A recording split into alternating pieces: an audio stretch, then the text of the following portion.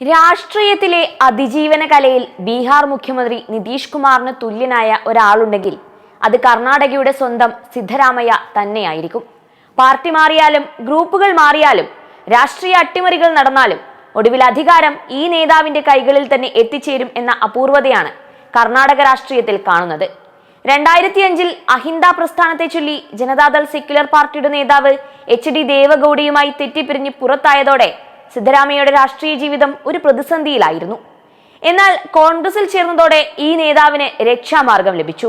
പിന്നീട് 2023 നിയമസഭാ തെരഞ്ഞെടുപ്പിൽ DK ശിവകുമാർ എന്ന സംഘാടകനും സാമ്പത്തിക ശക്തിയും തന്ത്രങ്ങൾ മെനഞ്ഞ് കോൺഗ്രസിന് ചരിത്ര വിജയം നേടിക്കൊടുത്തു.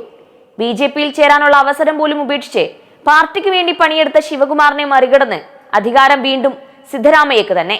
ഇവിടെയാണ് നിതീഷ് കുമാർ മോഡൽ സർവൈവൽ തന്ത്രം കടന്നു വരുന്നത്.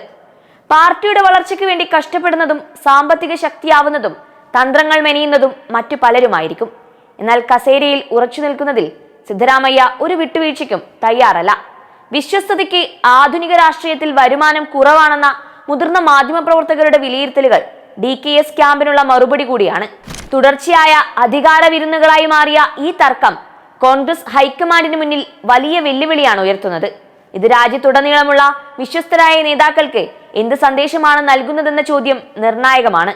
എന്തായാലും കസേരകളിയുടെ അടുത്ത റൗണ്ടിലേക്ക് സിദ്ധരാമയ്യ ഇതിനകം പ്രവേശിച്ചു കഴിഞ്ഞു.